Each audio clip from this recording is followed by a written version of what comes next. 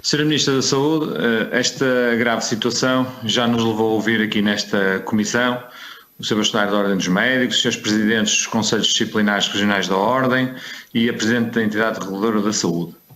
O caso que motivou este pedido de audição chocou o país e é de uma gravidade extrema, quer pela questão humana da criança e da sua família, quer pelas fragilidades que o sistema de saúde revela a vários níveis, desde a prática clínica, à fiscalização e licenciamento das clínicas, até aos próprios procedimentos que estas observam, designadamente no âmbito das convenções com o Serviço Nacional de Saúde.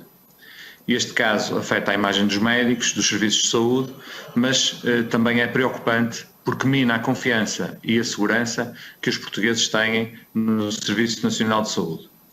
A esta Comissão não cabe, naturalmente, imiscuir-se em matérias do foro criminal. Compete sim apurar em que medida entidades com responsabilidades nas atividades médicas e das clínicas exerceram ou não adequadamente as suas competências e, no caso de não o terem exercido, por que razão ou razões essas competências não foram adequadamente exercidas. Assim, desde logo, importa ouvir a Sra. Ministra da Saúde sobre estas temáticas. Sabemos que o clínico em questão teve diversos processos na ordem e que alguns destes processos terão demorado anos a decorrer. Uma primeira pergunta, no sentido de perceber se entende a Sra. Ministra que essa demora se deve à falta de meios e recursos dos Conselhos Disciplinares da Ordem.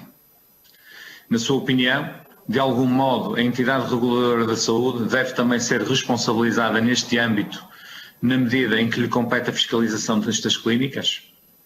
E nós sabemos que existem cerca de 30 mil estabelecimentos em Portugal suscetíveis desta fiscalização. Os meios da entidade reguladora da saúde, como também viemos a saber na audição aqui efetuada, são manifestamente escassos para uma fiscalização efetiva e suficiente. Concorda com esta perspectiva?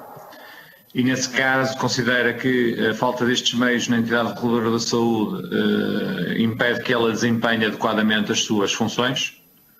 E uma outra questão também relativamente ao Ministério tutelado por Vossa Excelência, que avaliação faz da sua responsabilidade neste processo?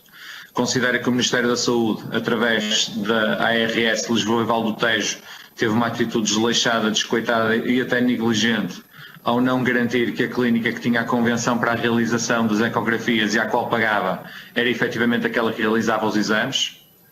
A Ordem dos Médicos, sabemos que pediu ao Ministério Público que averiguasse a situação da clínica que realizou as ecografias à mãe do bebê, que nasceu com as malformações graves em Setúbal e que não tinha convenção com o Estado. Apesar de não existir nenhuma convenção, a mãe deste bebê realizou essas ecografias na EcoSAD, através de credenciais emitidas pelo SNS, e disse-nos o Sr. Bastonário que esta situação poderá eventualmente configurar um crime. É da mesma opinião? No inquérito realizado pela ARS Lisboa e Val do Tejo, ao caso do bebê Rodrigo, foi concluído que há fortes indícios de utilização irregular de requisições de exames ecográficos pela clínica EcoSAD em Setúbal. O inquérito já foi enviado para o Ministério Público para eventual procedimento criminal. Nós, das conclusões do inquérito, percebemos que elas que apontam todas para que estas requisições do SNS utilizadas na EcoSAD foram faturadas por outra clínica, conferidas através do SPMS e pagas pela ARS Lisboa e Val do Tejo a esta segunda entidade. A Administração Regional de Saúde Lisboa e Val do Tejo informou inclusivamente que esta segunda clínica faturou as requisições ao Serviço Nacional de Saúde sem ter prestado o correspondente serviço e anunciou que iria promover a cessação da convenção existente com esta clínica. Gostaríamos também de saber se o Ministério da Saúde já promoveu ou se ainda vai promover a verificação de todas as convenções existentes para com segurança podermos concluir que são as entidades convencionadas aquelas que efetivamente prestam os serviços.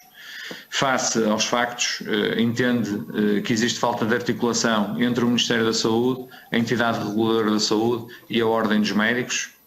E para terminar, gostaria também de lhe questionar se, no seu entender, que passos poderiam ser dados no sentido de evitarmos situações futuras e que possam as entidades com competências nesta área seguir na troca de informações relativas aos médicos com procedimentos disciplinares em curso, às fiscalizações efetuadas e aos seus resultados e, por último, à atuação objetiva da tutela da Sra. Ministra da Saúde. Muito obrigado.